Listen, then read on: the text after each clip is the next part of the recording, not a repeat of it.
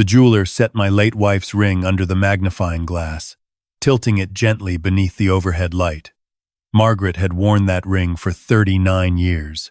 Small diamonds around a single sapphire center.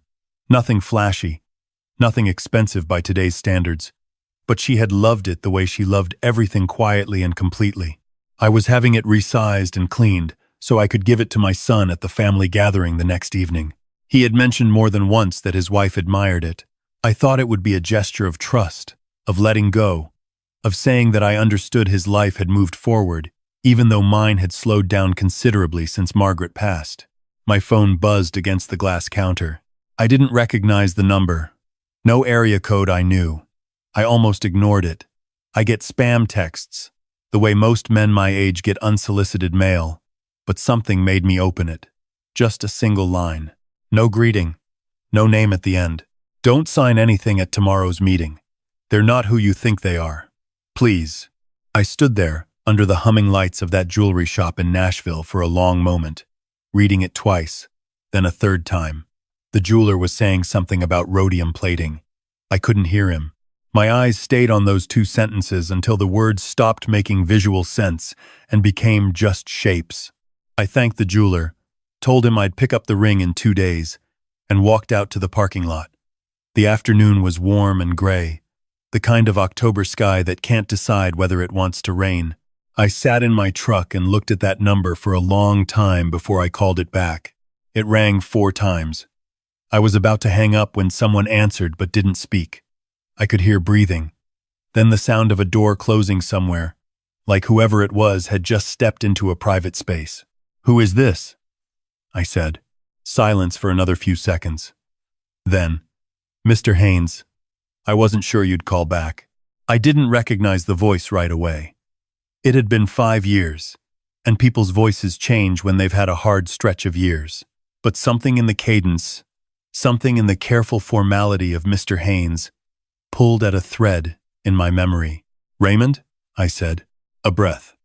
"Yes, sir." Raymond Cole had worked for me for 11 years, at Haines Civil Engineering.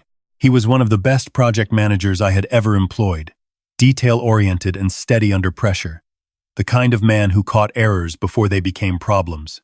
I had let him go in the summer of 2019.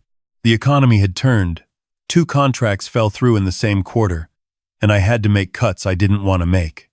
Raymond had not taken it well. He'd sent a letter afterward suggesting I could have found another way if I'd tried harder. I had never responded to that letter. It had sat in a drawer in my office until I sold the firm and cleaned everything out, and then I threw it away without rereading it. "How did you get this number?" I asked. "I still know people who worked for you," he said. "I'm sorry to contact you this way. I've been going back and forth for 2 days about whether to say anything at all." "What exactly are you saying?" Another pause. I could hear him choosing his words. 3 weeks ago, I started a new position with Whitmore Financial Group. It's a smaller firm. Estate planning mostly, some investment management. Last Tuesday, I was finishing up some filing in the conference room after everyone else had gone home. I didn't realize 2 people were still in the building. They were in the adjoining office, and the door between wasn't fully latched. He stopped. "Mr. Haines, I don't know the right way to say this." "Then just say it plainly," I told him. "Your son was there with a man named Gary Moss. They were talking about you, about the house on Elm Ridge, the investment accounts, the pension from the sale of the firm. They were talking about getting you to sign a durable power of attorney document at a family dinner. Your son said you were his word sentimental enough right now that it would go smoothly. He said the anniversary of your wife's passing was coming up and you'd been emotional." Raymond's voice was careful, steady, the same voice he'd used when delivering project assessments. Gary Moss told him the document was drafted. He said once it was signed, the next step would be straightforward. He used the word conservatorship. I didn't say anything. "Mr. Haines, I heard you," I said. "I know you fired me. I know I wasn't gracious about it at the time. And I understand if you don't believe me, or you think I have some reason to cause trouble. But I have 2 daughters. And I kept thinking if someone overheard something like this about me, I'd want them to say something. That's all this is." I thanked him. I told him I'd think about what he said. I drove home on autopilot, parked in the driveway, and sat in the truck another 10 minutes before I went inside. Gary Moss had been my personal attorney for 14 years. I had used him for the sale of the firm, for Margaret's estate, for updating my own will after she passed. He knew the full picture of my finances. He had sat at my kitchen table and accepted my hospitality more times than I could count. Last Christmas he had sent a card signed, with warmth and gratitude. I had kept it on the mantel until February, because Margaret had always kept Christmas cards out longer than the season demanded, and it made the house feel less quiet. I made myself a cup of coffee I didn't drink and sat at the kitchen table until after midnight. By the time I went to bed, I had already made several decisions. The next morning, I drove to the offices of Patricia Whitfield, an attorney I had met briefly at a Chamber of Commerce event 2 years prior. I had liked the way she spoke, precise, unhurried, unimpressed by complexity. I explained the situation. I did not mention Raymond by name. I simply told her that I had reason to believe someone with knowledge of my financial situation was advising a family member on how to obtain power of attorney over my affairs, and that I wanted to understand my options before attending a family meeting that evening. Patricia listened without interrupting. She asked 3 questions. Then she told me exactly what to do. Over the next several hours, I contacted my bank, my investment manager, and my accountant. Assets I had kept in straightforward accounts were restructured into a revocable living trust, something Patricia had walked me through in clear terms. I was still the trustee. I still controlled everything. But a power of attorney, even a legitimately signed one, would have had no effect on a properly structured trust. The accounts Gary would have been expecting no longer existed in the form he'd documented. Patricia also made a phone call to the Tennessee Board of Professional Responsibility on my behalf. She had enough specifics: Gary's name, the name of the financial firm where he'd met with my son, the nature of the document he'd prepared to open a preliminary inquiry. She told me I would need to follow up in writing. I told her I intended to. I drove home and changed my shirt. I put on the gray jacket Margaret had always said made me look like a college professor rather than an engineer. Then I drove to my son's house on the other side of Nashville. His home is a large craftsman-style house on a cul-de-sac, bought 3 years ago with a significant down payment I had contributed to without being asked. I had done it because it made me happy at the time. Margaret and I had always believed in helping while we were alive to see the benefit of it rather than leaving everything for after we were gone. I thought about that as I pulled into the driveway and saw the warm light in the front windows. My daughter-in-law opened the door. She was dressed nicely, hair done, and she greeted me the way she always did: a quick hug, a comment about how long the drive must have been, a question about whether I was hungry. The kitchen smelled like the rosemary chicken she knew I liked. My son came out of the study looking relaxed and put together. He was wearing the watch I'd given him for his 40th birthday. "Dad," he said, and clapped me on the shoulder. "Glad you made it." I told him it was good to be there. We ate at the dining room table, the 3 of us, with good food and easy enough conversation. My son asked about my neighbor's new fence project. My daughter-in-law described a renovation they were planning for the upstairs bathroom. It was all perfectly calibrated to feel like an ordinary family evening, and I sat through it with my coffee cup and my steady hands and said what was needed, watching. Gary Moss arrived at 7:30. He came in with the easy familiarity of a man who considered himself welcome, a bottle of wine under one arm, his briefcase in the other hand. He shook my hand with both of his and said I was looking well. I told him it was good to see him. We moved to the living room. My son sat on the couch beside his wife. Gary settled into the armchair across from me, opened his briefcase on the coffee table, and removed a folder. He talked for several minutes about estate planning. In general terms, the value of having updated documents, the peace of mind that came from clear structures, the wisdom of addressing these things while one was still in good health, rather than waiting for circumstances to force the decision. He was good at it. Measured, reasonable, the voice of professional concern. The document appeared about 12 minutes into his presentation.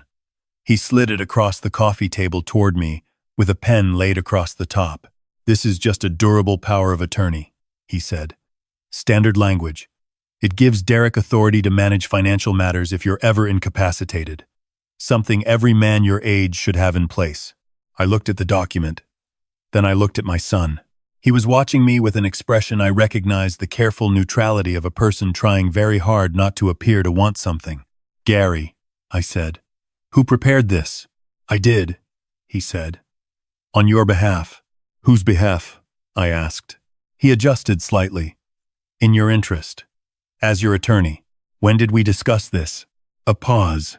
Small, barely perceptible. But I had been an engineer for 35 years, and I had sat across from contractors and vendors and inspectors, and I knew the pause before a manufactured answer. "We've spoken about your estate several times over the years. This is the natural next step. I don't remember authorizing you to draft any document." The room had changed in temperature without anyone moving. My daughter-in-law had set down her wine glass.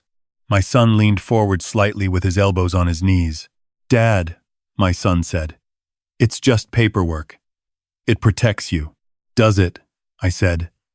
Not as a question. I reached into the inside pocket of my gray jacket and set Patricia Whitfield's business card on the coffee table next to Gary's folder. "I met with a new attorney this morning," I said. "Patricia Whitfield. Some of you may know the name." I looked at Gary when I said it. "I've had my accounts restructured into a living trust as of this afternoon. The accounts referenced in that document no longer exist in the form listed. Patricia has also initiated a professional conduct inquiry with the State Bar regarding an attorney who was retained by me personally while simultaneously advising a family member on obtaining control of my assets. I'm told that's a fairly clear conflict of interest." The silence in that living room was the loudest thing I had heard in a long time. Gary Moss picked up his folder and closed it. He started to say something. I saw his mouth open, but he stopped. Whatever calculation he was running, the answer came up empty. He put the folder in his briefcase, closed the latch, and stood up. "Walter," he began. "You should go," I told him. "Whatever you need to say to me, you can say it through Patricia." He left without the wine he'd brought. I heard the front door close, and then his car in the driveway, and then the street outside was quiet again. My son was looking at the floor. My daughter-in-law had her arms crossed and her eyes fixed somewhere on the wall above my head.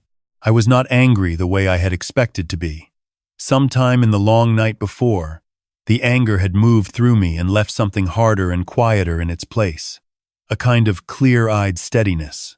Margaret had once told me that grief and betrayal have the same texture. They hollow you out and then wait to see what you put back in. I thought she had been right about most things. "I don't understand," my son said finally. His voice was thinner than usual.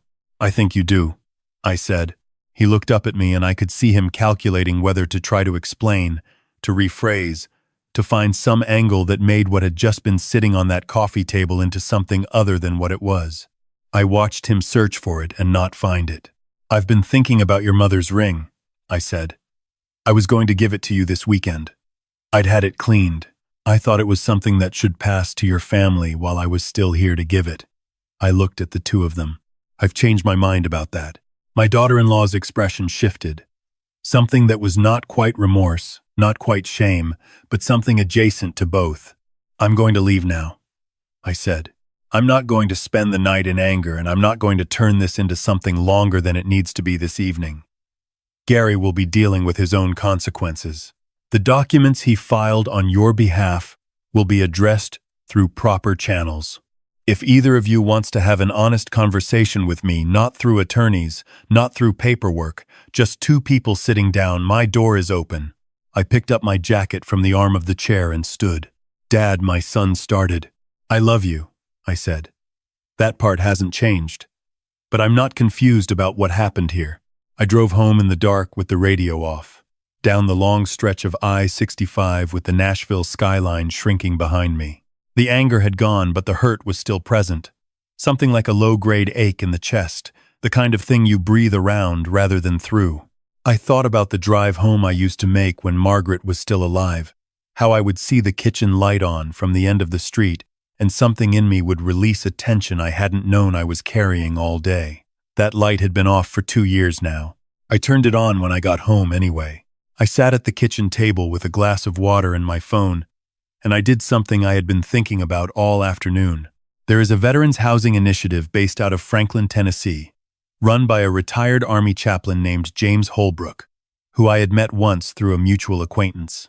They restore and renovate transitional housing for veterans and their families. I had looked them up that morning after leaving Patricia's office, while I was waiting for my accountant to return a call. I found their donation page, and I made a contribution. A meaningful one. The kind of contribution that earns a phone call from the director the next morning, which is exactly what happened. I also sat down that evening and wrote the letter to the Bar Association that Patricia had outlined for me, formal, specific, factual, citing dates and the name of the financial firm and the language Raymond had overheard. I read it twice, changed 2 sentences, printed it, and left it on the counter to mail the next morning. Then I called Raymond Cole. He answered on the second ring. "I owe you an apology," I said, "and not just for what happened 5 years ago. I also owe you a thank you." He was quiet for a moment. "You don't have to. I'd like to finish," I said. "When I let you go in 2019, I told myself it was purely economic. And it was, in one sense. Well, but there were things I could have structured differently, and I chose not to. You weren't wrong about that in the letter you sent. I kept that letter a long time.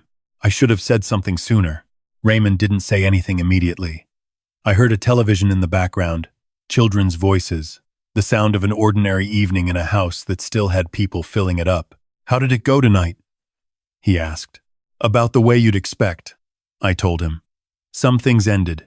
The right things, I think. I'm okay." "Good," he said. "I'm glad." We talked for about 20 minutes.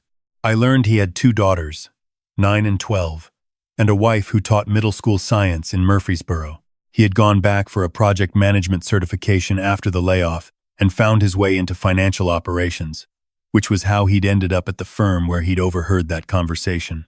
He said nothing about whether he expected anything in return for what he'd done. He talked about it the way a man talks about something he'd simply had to do. Not heroic, not strategic, just unavoidable given who he was. Before we hung up, I told him I was restructuring some charitable giving and that there might be an opportunity on the organizational side of the Veterans Initiative. I'd connected with a part-time advisory role they had mentioned. I told him I thought his name might come to mind if that materialized. He said he'd be grateful for any introduction. In the weeks that followed, Gary Moss's attorney contacted Patricia regarding the conduct inquiry. The process took several months and was not public in the way that court proceedings are, but what I was told afterward was that Gary's license was suspended for 6 months and he was placed under conditions of supervised practice for 2 years thereafter. He sent me a written apology I read once and filed away. I did not respond to it. There is nothing in the professional conduct rules that requires a man to accept an apology, and I decided I was not going to perform forgiveness I hadn't yet found in myself, simply because it was the gracious thing to do. My son and I had the honest conversation I had offered. It took him 3 weeks to ask for it. We sat at a restaurant near his office on a Wednesday afternoon, and he was more truthful than I had expected. He admitted it had started as a conversation between him and his wife about financial security, that his wife had brought Gary into it, that somewhere along the way, a legitimate concern had been channeled into something he knew was wrong, and had kept going with it anyway, because he told himself it was still somehow for my benefit. I listened without interrupting. I asked him one question at the end. At what point did you tell yourself it was for my benefit, and at what point did you know that wasn't true? He didn't have an answer for that. I told him that was the question worth sitting with. We are still in contact. Some things take longer to repair than others, and I am 67 years old and I have learned not to rush the process. I have also learned that love and trust are not the same thing, and that rebuilding one does not automatically rebuild the other. Margaret's ring sits in the small wooden box on my dresser, where it has always been. I have decided it belongs to no one else. I pick it up sometimes in the morning when the light comes through the bedroom window, at that particular angle that makes everything look clear and unhurried, and I hold it in my palm for a minute before I put it back. It still catches the light. Small diamonds around a single sapphire center. 39 years. I had lunch with Raymond and his family in December. His younger daughter is quieter than her sister, and very serious about birds. She had a field guide in her bag and spent the first 10 minutes at the table telling me about a yellow-rumped warbler she had seen outside her school window. I told her I had always found birds reliable in a way that people sometimes weren't. She thought about that very gravely for a moment and said she thought that was probably true. Raymond got the advisory introduction. He took the role in January. James Holbrook told me in February that Raymond had already overhauled their project tracking system and caught 2 budget errors in the intake process. I was not surprised. I wake up every morning in a house that is quieter than I would choose, in a city that moves faster than it did when I was building things in it, with accounts that are properly structured, an attorney I can actually trust, and a letter on the State Bar's record that says clearly what kind of man Gary Moss chose to be when he thought no one was watching. I have my health, more or less. I have a purpose, more or less. I have the particular peace that comes from having been tested and not having failed the test, which is not the same thing as being unscathed by it. There is a photograph on my refrigerator that James Holbrook's organization sent me, a family in front of a newly renovated house in Franklin, a veteran in his mid-30s with his arm around a woman holding a toddler, all 3 of them looking at the camera with the expression of people who have been given something they had stopped expecting. I put it up there the week it arrived. I see it every morning when I get my coffee. Margaret would have liked that photograph. She would have put it up even faster than I did. Some things end and other things begin, and the 2 are not as separate as you would think when you are standing in the middle of either one. A man my age knows that better than he did when he was younger, and knowing it is not always comfortable, but it is something. It is, most mornings, enough.